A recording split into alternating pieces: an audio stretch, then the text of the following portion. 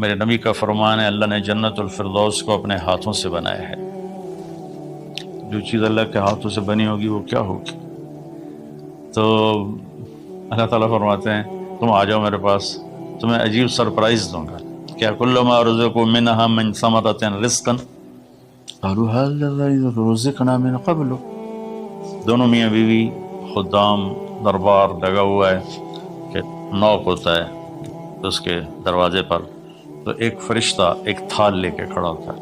جو کورڈ ہوتا ہے ریشمی رومال سے، تو وہ کہتا ہے کہ مجھے اللہ نے بھیجا ہے، تم جا کر اپنے سردار کو، اپنے مالک کو جا کر کہو کہ ایک فرشتہ اللہ نے بھیجا ہے اور وہ اندر آنے کی اجازت چاہتا ہے۔ اللہ کا بھیجا ہوا بھی پوچھ کے اندر آئے گا، اتنی عزت اللہ بڑھا دے گا۔ تو وہ کہے گا آ جائے۔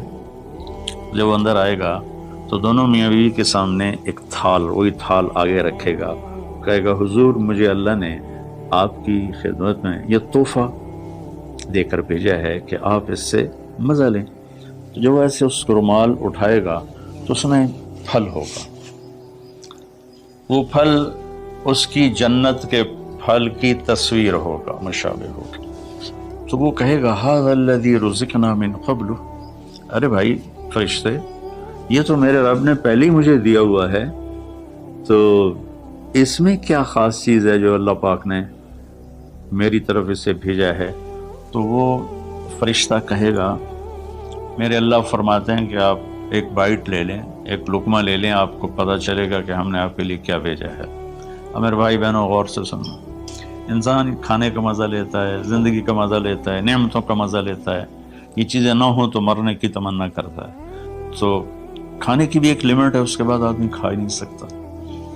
اور پینے کی بھی ایک لمٹ ہے، اس کے بعد آدمی پی نہیں سکتا ہے، اور وہاں کسی چیز کی کوئی لمٹ نہیں، اب 1000 برس کھاتے رہو، رب ذوالجلال کی قسم نہ پیٹ بھرے گا، نہ زبان کٹے گی، نہ داڑیں تھکیں گی، اور ہر لقمے کی لذت دوسرے سے زیادہ ہوگی۔ تو جب وہ اس کو اٹھا کر ایسے چکھیں گے نا، تو اگر اس کی جنت میں اللہ تعالیٰ نے 1,00,000 قسم کے پھل پیدا کیے ہیں، اس 1,00,000 کو جتنی زیرو سے مرضی ملٹیپلائی کرنا چاہو آپ کر لو، 1 کروڑ، 1 ارب، 1 خرب، آگے کوئی لفظ کوئی نہیں، تو اس کی جنت میں جتنے پھل ہیں، جب وہ یوں ایک لقمہ لے گا تو اس ایک لقمے میں اس کی جنت کے جتنے پھل ہیں 1,00,000، 10,00,000، 10,00,000 پھلوں کا ذائقہ اس ایک لقمے میں اللہ اسے عطا فرمائے گا۔